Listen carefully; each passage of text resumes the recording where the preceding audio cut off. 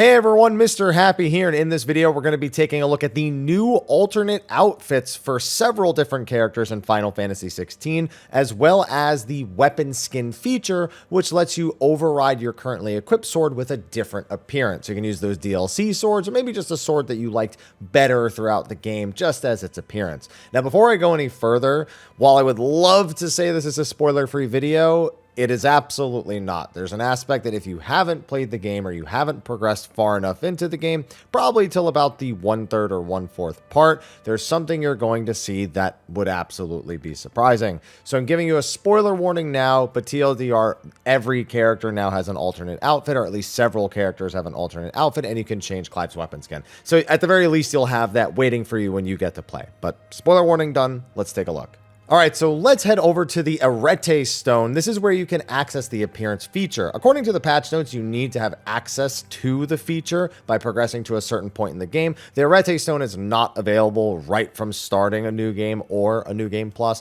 so it makes sense that you would have to wait until you could have this feature.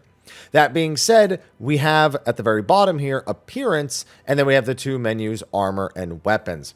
So for Clive, we have his standard outfit, whatever. His new outfit is burnt black.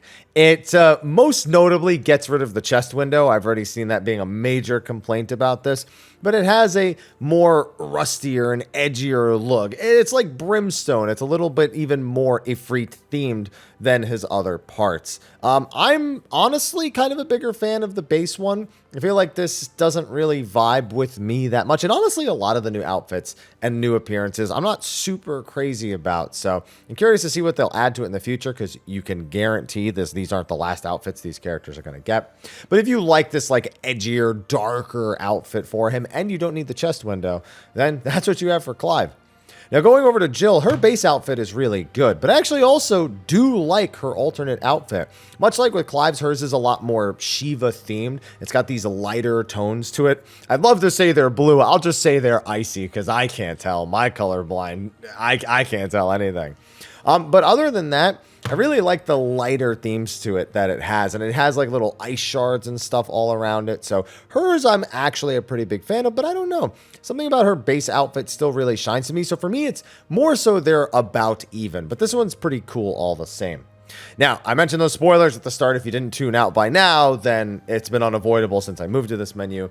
We have Joshua's outfit, and again, his kind of reminds me of Clive's, where it's just kind of darker versus the standard one. Like the original one's a little more tattered, it's a little more frilly, and the new one is it's a lot tighter on him. It's like leathery and darker, and it's still got similar designs overall, but it gets rid of a lot of the frilliness for something that I guess is considered more a combat standard, I suppose. The gloves are a little bit longer. He's got the kind of phoenixy, fiery bits over his left arm. But all the same, this is, again, one I kind of prefer the original outfit over the new one. Now we get to Torgal, and Torgal's new one I think is really cool. Icy Blue.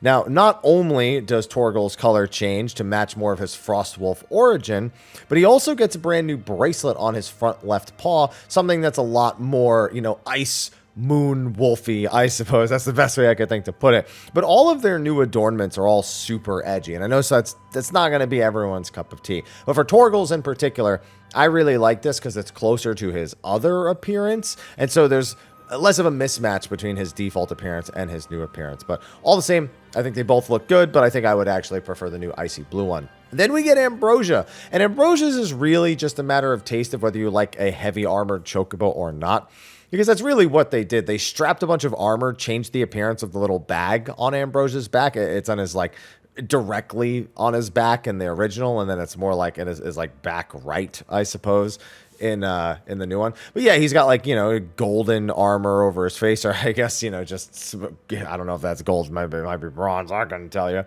He's got chainmail protecting him. He's got the Rosarian flag. He's got armor over his claws, and a few other small changes here or there.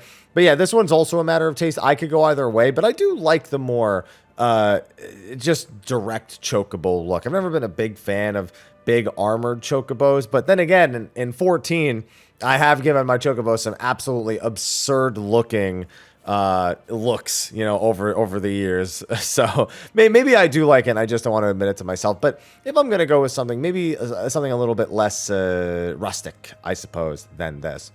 Now, going over to the weapon feature, this only gives you kind of a look at like the area around the hilt, which is the majority of the information you need to make a judgment about a sword.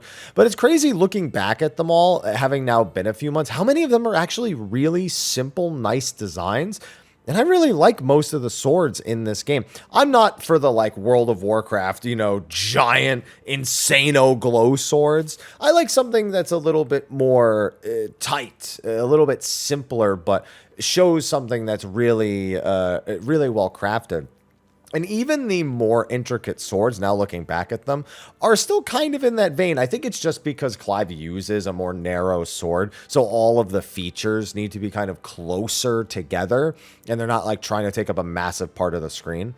But I really like most of these, and looking back on them, I'm kind of glad to have as many of them as we do have. Now, one additional thing to mention is with the new update, all players have been given a free onion sword. This is based on the Final Fantasy III onion sword. And yeah, it's just another option that you have here. You just have to go to your redeemables once you unlock it in the game. And yeah, I mean, here's what it looks like on Clive. And that's, I think it's a little, this and the Braveheart both kind of stand out.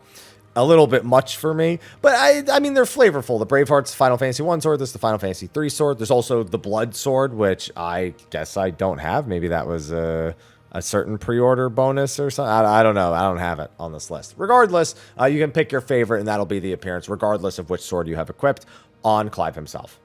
But yeah, those are two new features added in patch 1.10. If you missed everything from 1.10, I will have a patch note video. Not a whole lot other than this, but really the big information comes out of the PAX panel where we learn they are working on some new DLCs. They've confirmed they've started development on the PC version, and we're still waiting on the 14-16 collab. So actually a lot of Final Fantasy 16 stuff over the next several months into 2024. So I'm excited to revisit the game, retry things, and I've got more 16 content coming to you on this channel just in the next couple days anyway, so be sure to be on the lookout for that. Anyway, that's going to be a wrap for me. Thanks for watching. Be sure to like, favorite, subscribe, and share, especially if you're a big Final Fantasy fan, as I do just like to talk Final Fantasy 14 and Final Fantasy in general. But all the same, thanks, and I'll see you in the next video. Until then, take care.